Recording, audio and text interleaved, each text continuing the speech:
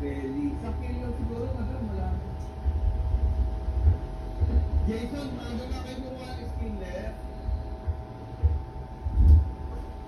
Okay guys, ito po ang ating earphone. Bilis tayo ng isang buong earphone.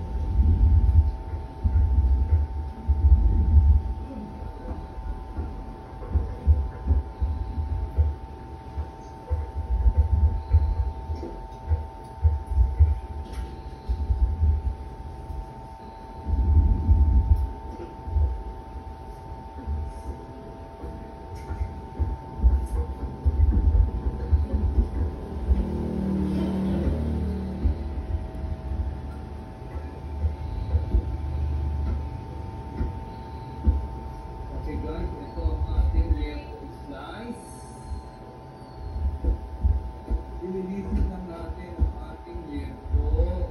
Ganda ha.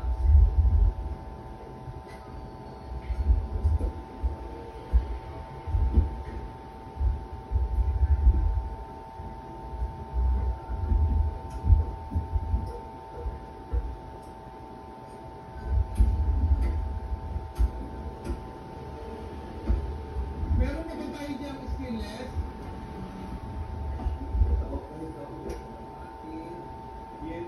Belly. Sa kilo siguro, madam, wala. Jason, maga na kayo kumuha ng skinless. Okay guys, ito po ang ating earphone. Bilis tayo ng isang buong earphone.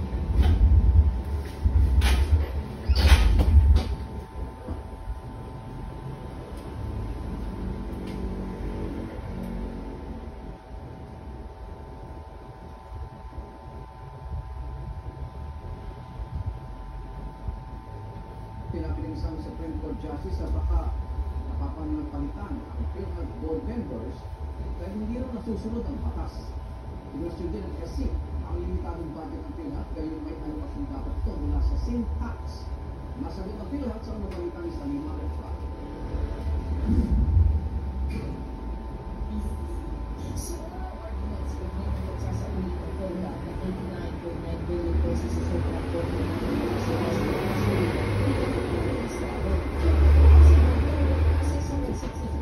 peso deficit ng PhilHealth noong 2023. Your Honor, it reduces the deficit. Did I hear it right? That your transfer of 60 billion to the National Treasury reduced your deficit. I think that it reduces our accumulated revenue. And of course, kung sa total member security, Your Honor, tumaas pa sa Your Honor. Lumabas din sa pagtatanong sa PhilHealth na hinihiling nito sa Kongreso ang tingin nitong kailangan pondo kahit may tiyak dapat na alokasyon sa universal healthcare mula sa sin tax o bubo sa sigarilyo at alkohol. You're not observing what the law requires?